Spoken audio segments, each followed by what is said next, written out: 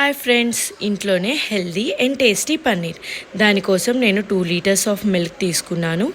Medium ఫ్లేమ్లో boil చేయాలి, మధ్య మధ్యలో కలుపుతూ ఉండాలి. వన్స్ మిల్క్ మొత్తం బాయిల్ అయిన తర్వాత స్టవ్ ఆఫ్ చేసి 1:1 రేషియోలో వాటర్ అండ్ వెనిగర్ మిక్స్ చేయాలి.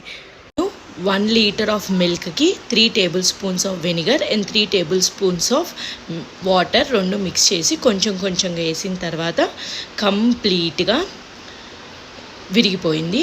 సో ఒకసారి వాటర్తో వాష్ చేశాను వెనిగర్ అంతా పోవడానికి.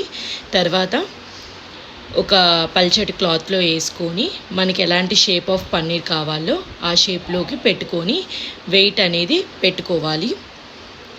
ఎప్పుడైనా సరే పన్నీర్ అనేది స్టోర్ చేసుకోవాలి అనుకుంటే ఒక బాక్స్లో ఎయిర్ టైట్ కంటైనర్లో కొంచెం వాటర్ పోసుకొని పన్నీర్ పెట్టుకొని ఫ్రిడ్జ్లో కనుక పెట్టుకుంటే 3 to 4 days ఫ్రెష్గా ఉంటుంది.